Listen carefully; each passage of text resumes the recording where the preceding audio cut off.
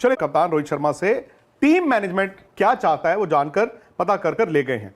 अब team management की क्या डिमांड्स हैं, उनकी क्या रिक्वायरमेंट्स हैं, वो एक तरफ हैं, लेकिन कहीं ना कहीं आई थिंक बड़ा जरूरी होगा कि सिलेक्टर्स आपस में बैठ के भी उस पर चर्चा करें, क्योंकि 2021 में और 22 दोनों वर्ल्ड T20 में जो टीम मैनेजमेंट्स ने मांगा था हूबहू फोटोकॉपी वही मिली भी थी और नतीजा आपके सामने था।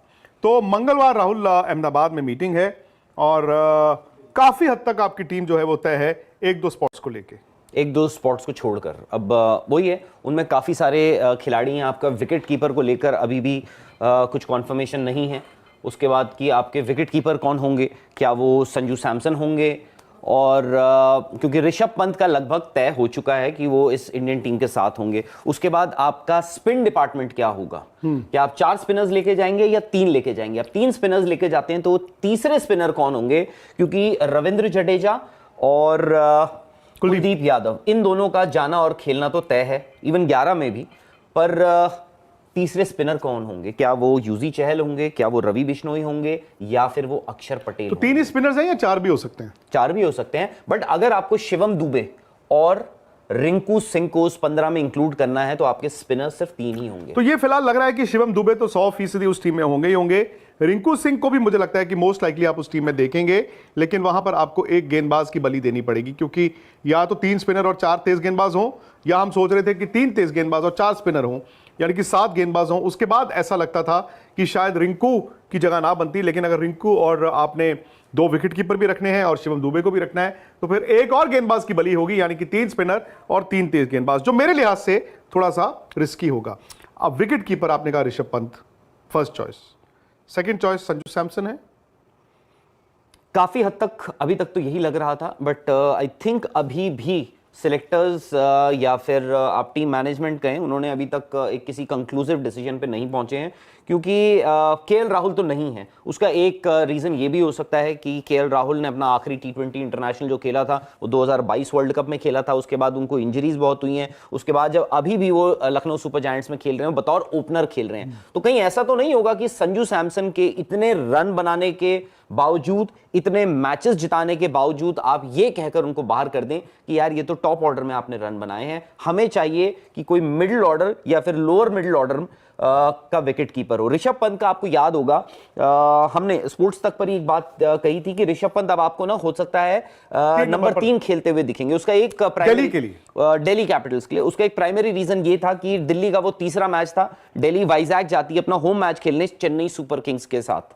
वहां पे ऋषभ पंत एक शानदार हाफ सेंचुरी बनाते हैं और उसके बाद होता यह है कि दिल्ली मैच भी जीत जाती है। और ये सोच थी कि दिल्ली कैपिटल्स के लिए ना ऋषभ पंत अब नंबर 3 ही बैटिंग करेंगे, सब कुछ सूट कर रहा है। पर कहीं ना कहीं उनको टीम मैनेजमेंट या फिर सिलेक्टर्स ने उनको एक भनक लग गई थी कि ये एक विकेट कीपर जो हैं वो मिडिल ऑर्डर में देख रहे हैं, क्योंकि तीसरा स्पॉट जो होगा 1, 2, 3 तीसरा स्पॉट विराट कोहली के ही नाम रहेगा। तो ऋषभ पंत ने मिडिल ऑर्डर या फिर ये लोअर मिडिल ऑर्डर में बैटिंग करनी शुरू करी। रन उनके वहां पर भी हैं, तो ऋषभ पंत ने तो अपनी जगह सील कर रखी है। पर क्या संजू सैमसन ने करी है?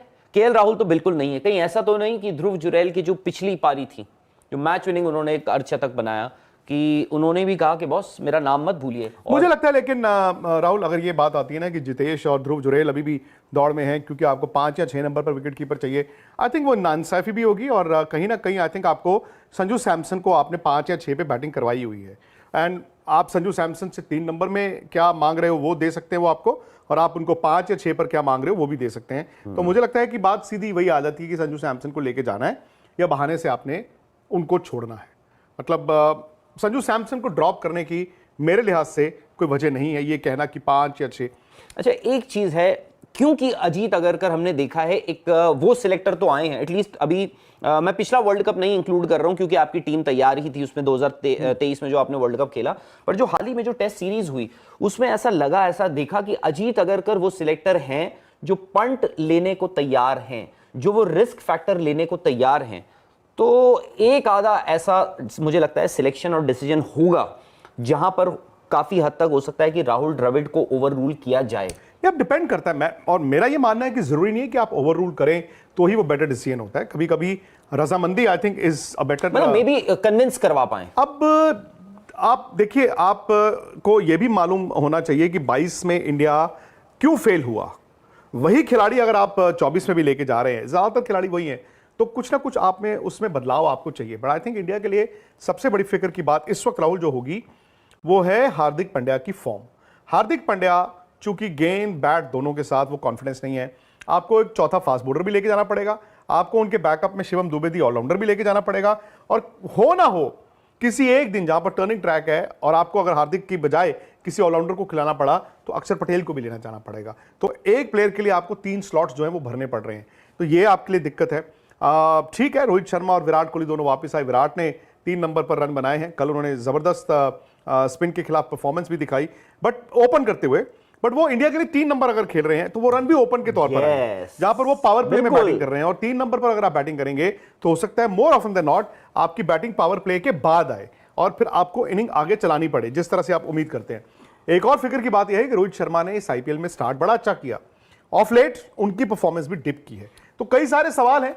लेकिन जो भी है जी, 15 कल मंगलवार आपको पता चल जाएगा। कुछ एक कंटेंशियस इश्यूज जरूर हैं, लेकिन टीम मैनेजमेंट ने क्या मांगा है वर्सेस अजीत अगरकर, जो बाकी 4 selectors plus board secretary Jay Shah के साथ बैठते हैं, तो उसमें क्या निकल कर आता है वो मुझे लगता है कि आपको कल बाय द वे कल शाम को लखनऊ में मुंबई का मैच है।